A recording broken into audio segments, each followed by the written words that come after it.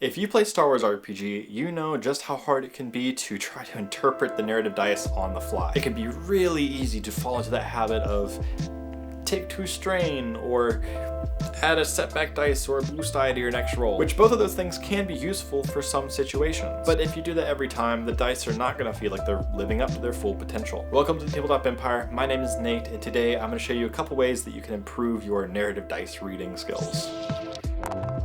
So as you may know, the dice symbols are comprised of success, failure, advantage, threat, and triumph and despair. If you need a full dice breakdown on how they actually work mechanically, I have a full guide up in one of the cards above me. Go check that out and then come back to this one. Success and failure is most of the time pretty self-explanatory, with 0 success or failure meaning that what they're trying to do doesn't work, and then multiple successes means that it's just more successful. The real trickery kind of comes in with the advantage and threat, and even sometimes despair and triumphs. So let's dive into a couple of the methods that you can use to improve. The first method is what I call write and review. When you are in a session and a player rolls a check, write down the result of the check as well as a little 1-sentence note on what the check was for. And then after the session, go back to that one and any other ones you wrote down, because now you actually have time to think about a more engaging interpretation without the pressure of just trying to keep the game moving. And what you're going to do is you're going to come up with 3 better interpretations. So let's say it's a mechanics check where the player is rolling to fix a speeder bike, and they rolled 1 success but 3 threat. In the moment, you can't really think of anything else, so you say, you fixed the speeder bike, but working on it kind of strained your character a little bit. It was a little bit more difficult than you were expecting, so take 3 strain. Now going back to the check, you're gonna come up with 3 new and improved interpretations. So maybe the first one is, you fixed the speeder bike, but there were a few things missing. The bike has -1 speed until it's completely fixed. Number 2 could be, you fixed the speeder bike, but the controls are still having some issues. Add 2 setback dice when making planetary checks on it until it's completely fixed. And then option 3 could be, you fix up the speeder bike, but you realize you're missing 1 part.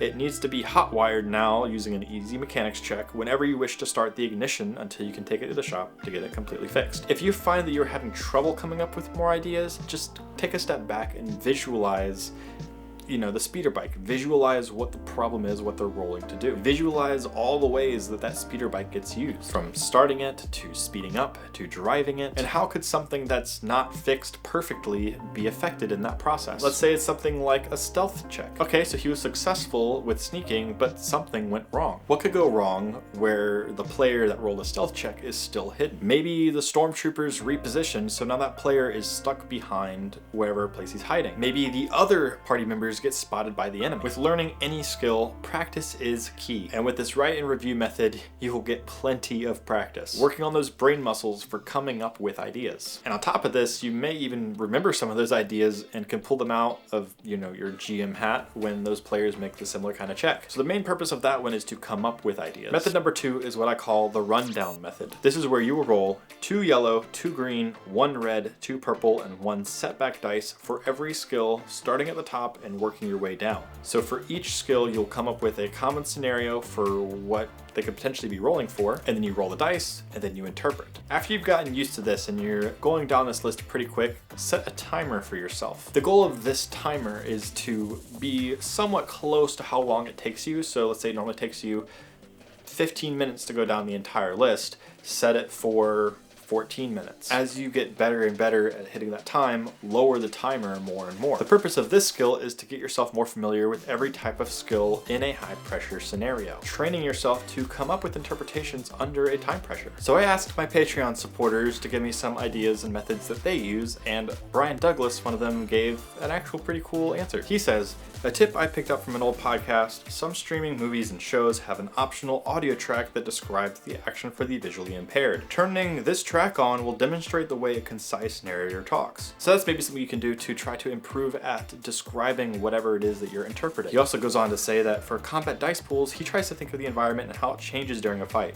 Smoke from weapons fire, branches or leaves moving as someone sneaks through them, burning smells, people barking orders or yelling in pain, the ground is shaking from explosives or walkers, debris falling or shrapnel flying, seeing a comrade in need, seeing an enemy flee or advance. Crowds, darkness, weather effects, all of these things can potentially affect the dice rolls, and they can either be distracting or motivating. I guess my main takeaway of this is What are things that are outside of your players and the direct things that they're working on or rolling to do, and how could those outside factors play a part in whatever the dice roll is? And the last method is just try and play more of the game itself. The more time you play with the dice, the better you'll be at using them. And when you're in game, it'll be a little bit easier because the players can also spend their own advantage. And they may ask you for help with certain parts, but that's where practicing outside of session will actually really help. Are you required to be a master of interpreting the dice in order to GM?